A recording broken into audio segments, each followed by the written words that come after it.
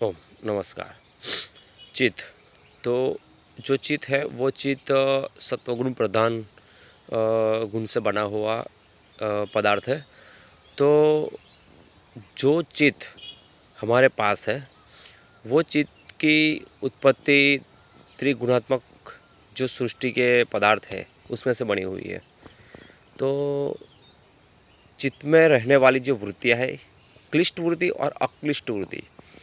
क्लिष्ट वृत्ति में जो है वो दुखों का कारण होता है और अक्लिष्ट वृत्ति में सुख सुखों का कारण क्या होता है उसका विश्लेषण करते हैं।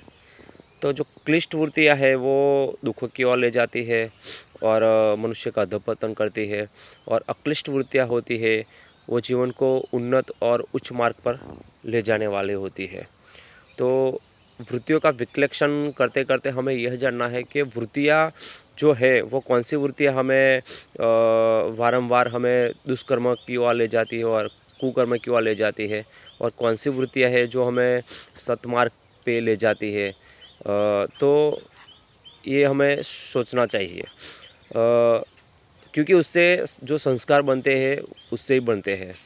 तो जो वृत्तियाँ है, जैसे बाहर हमारी ज्ञानेंद्रिय है, बाहर के पदार्थ को देखती है, सूंघती है, चखती है, तो उसका ज्ञान हमारे चित्त को होता है, और यह चित्त हमारे हमको ये ज्ञान प्रदान करती है। तो बाहर की जो भी कुछ पदार्थ है, वस्तुएं हैं, तो यह सब कौन सी वृत्ति के कारण हमको दुख हुआ, कौन सी वृत्ति के कारण हमें सुख हुआ, यह हमें हमें यह अभ्यास करना चाहिए। जिस वृत्ति के कारण हमें कुमार्ग पे ले जाती है वो वृत्ति तुरंत छोड़ देनी चाहिए। क्योंकि जैसे एक शराबी व्यक्ति जब शुरुआत में जो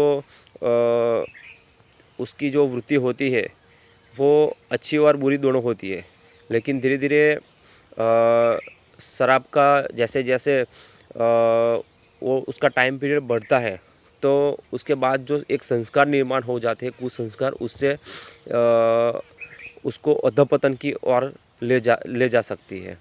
तो उसके बाद उसको ये वृत्तियाँ और ये संस्कार इतने दृढ़ हो जाते हैं कि अपना जो सारूप्य स्थिति है वो भूल जाता है व्यक्ति, और व्यक्ति को ये भी भान नहीं रहता कि हमें जीवन का मतलब क्या है। तो उसके अंदर ही वो क्वेश्चंस, वो व्यसन में ही पड़ा रहता है। बाद में वो व्यसन उसको छूटता नहीं है और लास्ट स्टेज पे वो मृत्यु के शरण में चला जाता है। तो यह वृत्ति खराब वृत्ति है, और अच्छी वृत्ति वो है कि जो हमें उन्नत मार्ग पे ले जा सकती है, उन्नत ध्येय मार्ग के ओर ले जा सकती है। ये इसीलिए वृत्तियों का विश्लेषण हमें अवश्य करना चाहिए। हमारी कौन सी वृत्ति अच्छी है, कौन सी वृत्ति बुरी है। तो ये विश्लेषण करके हमें अच्छी वृत्तियों को बढ़ाना चाहिए, और जो खराब वृत्तियाँ उसका हमें निषेध करना चाहिए। ओम अस्तु।